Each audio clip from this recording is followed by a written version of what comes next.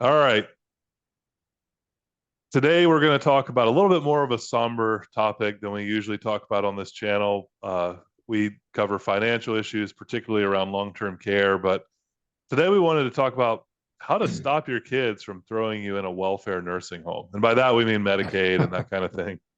But we have some thoughts on this, but it's also we didn't do a big, plan on this video. We just wanted to chat about some of the situations we run into personally and professionally.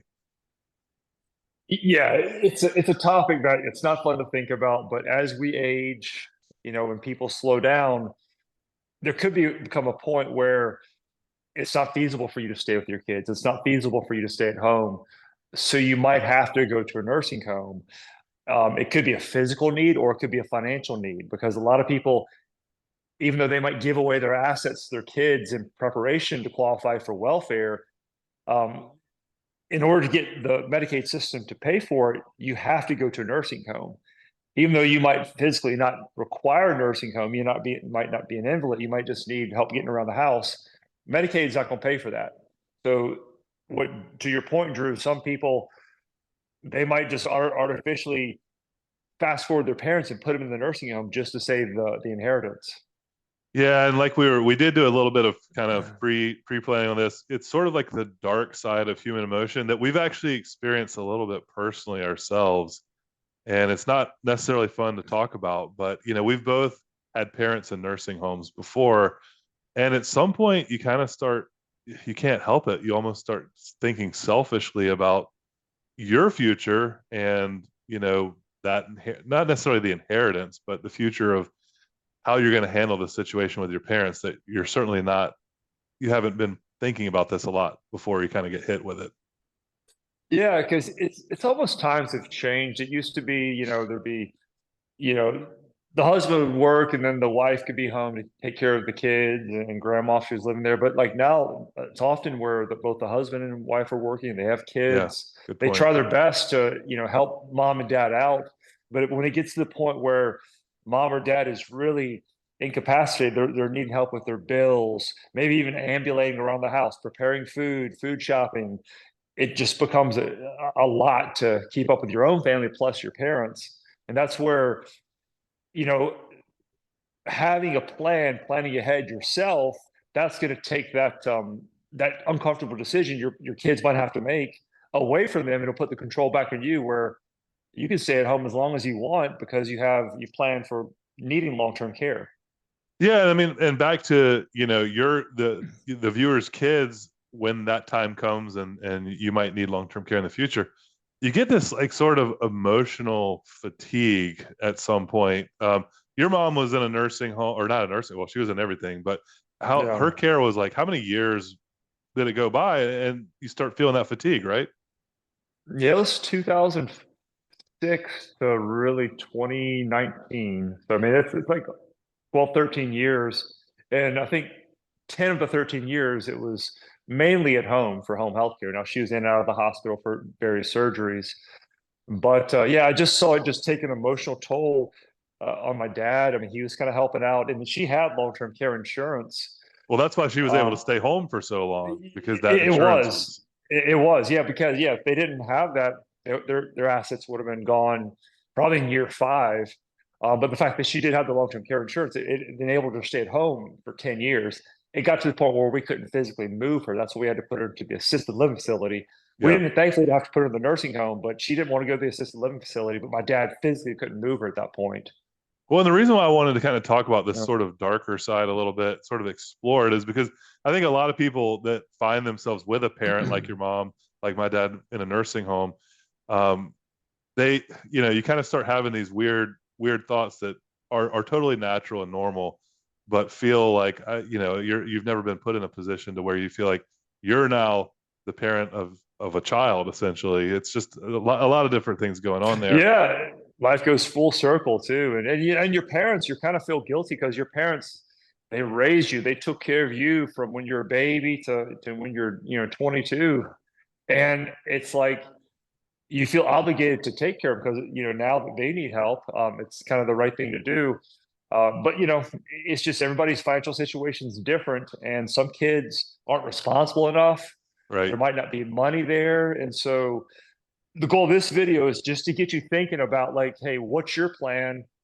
And really to keep you out of the nursing home, whether it's private pay, have set aside some money so you can pay for it yourself and get the insurance, or have a conversation with your kids and figure out what you're going to do.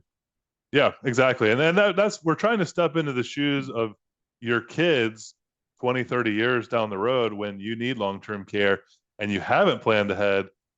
They're going to be throwing, a lot of them are going to be throwing their parents in the nursing homes for a variety of reasons. Like you say, some of them aren't responsible enough, but even well-meaning kids, one of the things that we were talking about is like, you got the family farm or the family lake house or any other assets that you want to protect.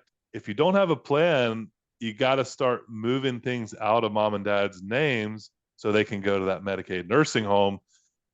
And that's a hard decision to make because it's like, yeah, we're moving the lake house into our name, but now we're putting them in a welfare nursing home.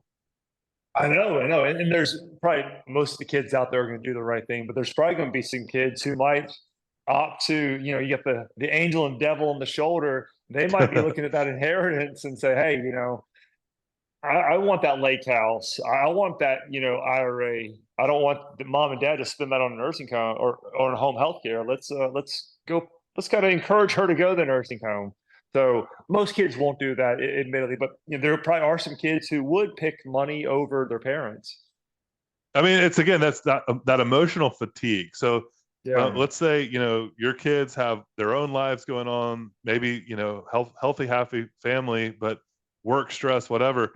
Mom and dad need long-term care is just one more thing where it's like, they're not necessarily looking for the easy button, but at the same time, they may not make the same decisions they would make if we step back from things and plan ahead. So like you said, we'll kind of start working towards the title of this video, which is how to stop them from throwing you in a welfare nursing home. And like you said, the default for most people is just self-insure. Just put the money in the bank, put a couple $100,000 in the bank in the safe place where it won't get destroyed by a stock market crash, et cetera. That's what most people do.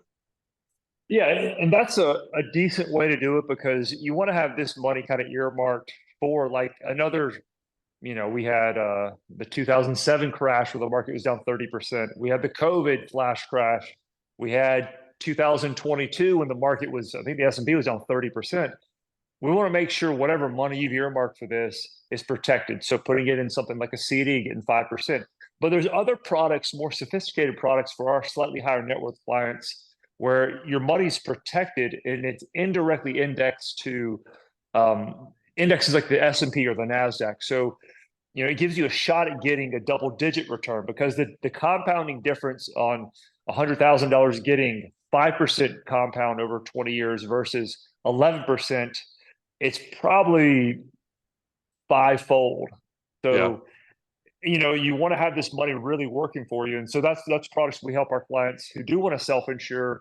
You can look at some type of equity index annuities. You're still protected on the downside, but there's a good upside potential. And there are some even annuities that will, if you need long-term care, they'll either double the income or they give a 25% bonus on the account on the account value if you take it as an income. So there's various products out there that you could also do. And of course, if you want to tell them about Drew, just the traditional hybrid long-term care insurance, how does that work? Yeah, and after we get off this call in just a minute, I've got a Zoom call with a younger gentleman, and he is going to put about $50,000 into a hybrid long-term care plan. He is in his early 50s. And this particular plan, by the time he is up there around age 80, his long-term care benefit is going to have grown to right at $1 million, just a little bit less than $1 million. So he's taking 50,000 now, and he's actually going to pay it over 10 years, by the way, 5,000 a year for 10 years. Put in 50,000, have almost $1 million should he need long-term care in the future. And the beauty and the reason why a lot of CPAs buy this is because that growth inside your long-term care benefit is tax free. So if he just saved $50,000 and somehow grew it to $1 million over that time period, which would be pretty tough to do, but let's say he did it, he's going to have capital gains on $950,000. What's the tax bill on that? 150 grand, something like that. And that's in today's tax dollars. With the national debt being $35 trillion, odds are those capital gains taxes going to be a lot higher in the future when he goes to take it out. Yeah, so there's, I guess and we actually, you and I both had a code Zoom call with another client 2 days ago, where we might do both. We might do a little bit in one bucket A and a little bit in bucket B to kind of diversify, just that little piece of his assets to cover the long term care, so he doesn't get thrown in a welfare nursing home by his kids. Yeah, and just to put a little bow on what you just said, there's no, if you have a husband and or wife, there's no reason you have to do the same thing. I just had a conversation with a gentleman in Tennessee where he has diabetes, he has some heart issues, he's a little bit overweight. Statistically, he's probably going to die of a heart attack, Yep. pretty quickly. Whereas his wife, she's 5'5", 130 pounds, but there is a dementia risk in her family. So statistically speaking, the wife in most situations is going to be the one who's going to need care for years and years and years. So in his case, he's thinking, well, maybe I'll just self-insure the risk with that equity index annuity, and then maybe get the hybrid policy that you spoke of for my wife, because she statistically is a lot more likely to need I know people the almost long-term feel care. guilty. I run into that all the time too. People almost feel guilty when they're doing one for their spouse, but not for them. And I'm like, it's okay to target your risk. I mean, like you always say, you know Yeah, your that's health better than smart. Yeah. anybody. Yeah. Yeah, So, exactly. Yeah, it's just smart financial planning, because I mean, if you have a risk, you go to a nursing home, 90% of the people who live there are women. So yeah. that's kind of tells you something just anecdotally right there. Yeah. Yeah, So, exactly. So, to tie it all up, basically, like you want to have a plan that you put together in your 50s or 60s at the latest, not something that you're cobbling together in your 70s or 80s with your kids when, that emotional fatigue can set in. And that Medicaid nursing home, as bad as they may or may not be, sometimes they're just regular nursing homes, not saying anything bad about them.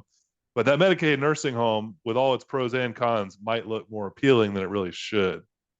yeah, exactly. So, you know, thank you for checking out our video. Drew and I, we do videos like this all the time, and we have plans that could fit everybody's needs. And we've been doing this, gosh, we both have economic degrees, and we've been doing in this space. I've been doing it since 1999. So we've run across all sorts of situations. So we can definitely help you kind of noodle through, your individual plan. And, you got anything to say, Drew, Yeah, no, to I wrap it up?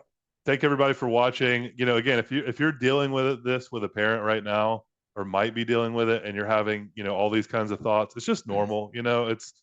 It's a stressful situation. So we appreciate y'all watching. We're LTC Tree, and just give us a call or contact us at the link below if you have any questions for us. Let's Yep. All wrap right. it. Thanks, guys. All All right. right. Bye See ya. bye. Bye.